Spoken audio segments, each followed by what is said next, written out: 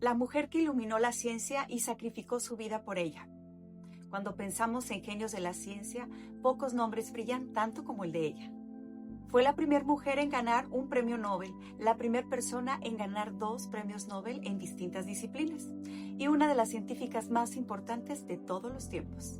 Pero detrás de esos logros existió una historia de pobreza, discriminación, pérdidas, sacrificios que pocas personas conocen. Esta es la historia de Marie Curie.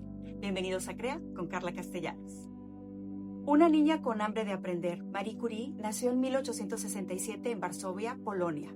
Desde pequeña mostró una inteligencia extraordinaria. Sin embargo, había un problema. En aquella época Polonia estaba bajo control ruso y las mujeres no podían acceder fácilmente a estudios superiores. Sus padres eran maestros y eran 5 hermanos en total. Su padre guardaba en casa instrumentos científicos, barómetros, balanzas, tubos de ensayo que las autoridades rusas habían prohibido usar en las escuelas públicas. Y fue jugando casi en secreto con esos instrumentos que la pequeña Marie Curie tuvo su primer contacto con la ciencia. Era una estudiante brillante, se graduó de la secundaria a los 15 años con una medalla de oro por su desempeño académico. Pero había un problema enorme. En la Rusia de esa época, las universidades no aceptaban mujeres. Si Marie quería estudiar ciencia de forma formal, tendría que salir de su país. Marie se unió a lo que se conocía como la Universidad Volante, una red clandestina de clases organizadas en clases particulares donde profesores enseñaban en polaco materias que estaban prohibidas o restringidas. Era ilegal y si las autoridades lo descubrían, podían haber consecuencias serias, pero para Marie era la única forma de seguir aprendiendo. Sin embargo, había otro obstáculo, el dinero. La familia no tenía recursos para enviar a Marie a estudiar al extranjero, que era el sueño tanto de ella como de su hermana mayor, quien quería estudiar medicina en París. Trabajó como institutriz durante años para ahorrar dinero y ayudar a su hermana a estudiar medicina. Hizo un pacto con ella. Primero estudiaría a su hermana, después ella. Marie estaba dispuesta a esperar. Durante varios años trabajó cuidando niños de familias adineradas. Era brillante, pero sentía que estaba desperdiciando su potencial mientras enseñaba a otros. Estudiaba por las noches, leía matemáticas, física, química. Además, sufrió una decepción amorosa. Se enamoró de un joven de familia rica, pero los padres de él rechazaron la relación porque Marie era pobre. Fue un golpe muy duro, sin embargo, decidió convertir el dolor en determinación. A los 24 años llegó a París, por fin podría estudiar, pero la realidad fue muy dura. Vivía en una pequeña habitación, muchas veces no tenía dinero suficiente para comer. Pasaba frío y en ocasiones estudiaba tanto que se desmayaba por agotamiento y desnutrición, pero aún así continuó. Su pasión por aprender era más fuerte que cualquier obstáculo. Poco tiempo después se convirtió en una de las mujeres estudiantes de la universidad. En 1893 obtuvo su licenciatura en física, siendo la primera de su clase. Al año siguiente, en 1894, obtuvo también una licenciatura en matemáticas, esta vez en segundo lugar. En París conoció a Pierre Curie, un físico brillante. Ambos compartían la misma pasión por la ciencia y se enamoraron. Pero su relación era diferente. No estaba basada en la fama ni en la apariencia, estaba basada en la admiración intelectual. El 26 de julio de 1895, Marie y Pierre Curie se casaron en una ceremonia civil sencilla, sin anillos ni vestido especial. Marie llevó un vestido azul oscuro que después usaría como bata de laboratorio durante años y sin ceremonia religiosa. Comenzó así una de las colaboraciones científicas más importantes de la historia. Marie comenzó a investigar unas misteriosas emisiones descubiertas. Trabajó durante años procesando toneladas de minerales en condiciones extremadamente difíciles. Su trabajo la llevó a descubrir 2 nuevos elementos químicos. El primero lo llamó polonio, en honor a su país natal. El segundo fue el radio. Estos descubrimientos revolucionaron la ciencia. Marie acuñó además un término que cambiaría la historia: radioactividad. La universidad no les proporcionó un laboratorio adecuado.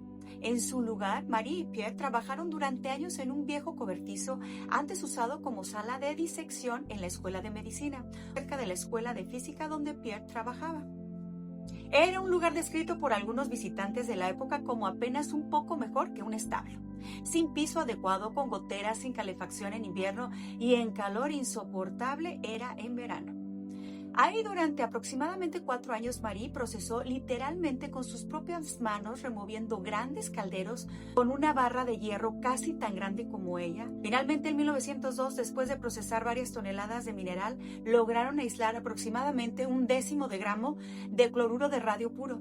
Fue suficiente para determinar su peso atómico y confirmar sin lugar a dudas que se trataba de un nuevo elemento. Hay un detalle de esta historia que se repite en casi todos los relatos y que vale la pena mencionar.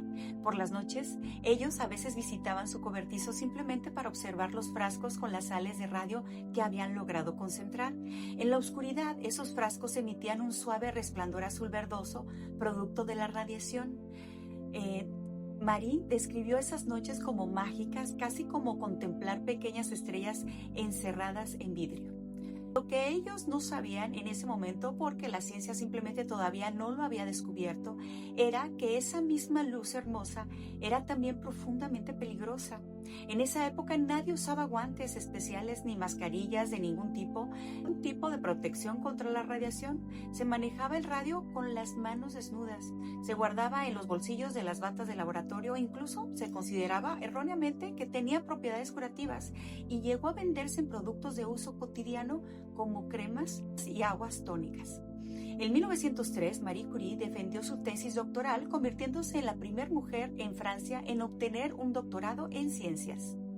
Ese mismo año, la Real Academia de Ciencias de Suecia otorgó el Premio Nobel de Física de manera conjunta con su esposo, en reconocimiento a sus investigaciones sobre los fenómenos de radiación.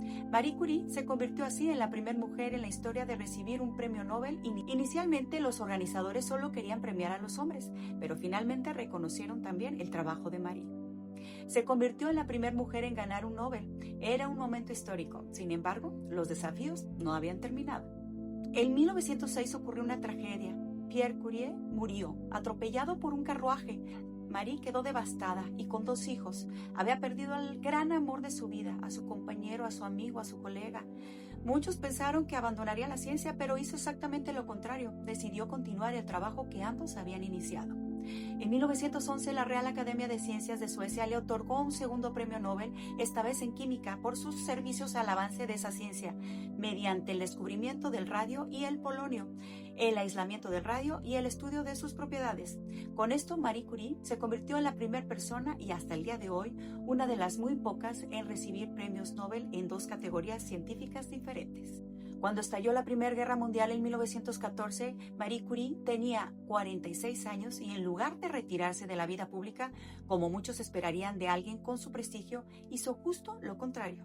Se dio cuenta de que los hospitales de campaña cerca del frente de batalla no contaban con equipo de rayos X para localizar balas y fragmentos de metal en los soldados heridos, así que organizó la instalación de unidades móviles de radiología, vehículos equipados con generadores eléctricos y equipos de rayos X que podían trasladarse cerca de las zonas de combate.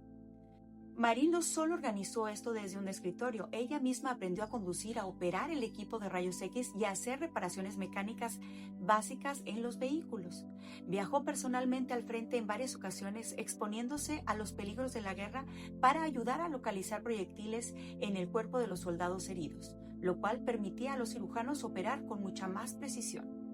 Marie Curie trabajó durante décadas manipulando materiales radioactivos. En aquella época nadie comprendía completamente sus riesgos. Ella llevaba muestras en sus bolsillos, los observaba durante horas, le fascinaba el brillo azul que emitían. Sin saberlo, la radiación estaba dañando lentamente su cuerpo. En 1934 falleció a los 66 años, causada por la exposición prolongada a la radiación. En 1995, los restos de Marie y Pierre Curie fueron trasladados al Panteón de París, el mausoleo donde Francia honra a sus figuras más importantes. Marie Curie se convirtió así en la primera mujer en ser enterrada ahí por sus propios méritos. Hoy, cuando hablamos de protección radiológica, de medicina nuclear, de tratamientos contra el cáncer basados en radiación o simplemente cuando vemos el símbolo de la radio en la tabla periódica, estamos hablando en parte de su legado, que comenzó con una mujer polaca pobre que tuvo que salir de su país para poder estudiar y que terminó cambiando para siempre nuestra comprensión del universo más pequeño, el átomo. Marie Curie no solo descubrió la radioactividad, nos enseñó que el conocimiento no tiene género y que el brillo de una mente apasionada puede iluminar la historia humana para siempre. Si este episodio te gustó, compártelo. Deja que otros también admiren esta hermosa historia. Nada en la vida debe ser temido, solo comprendido. Marie Curie. Gracias por acompañarme. Mi nombre es Carla Castellanos. Nos vemos en el próximo capítulo.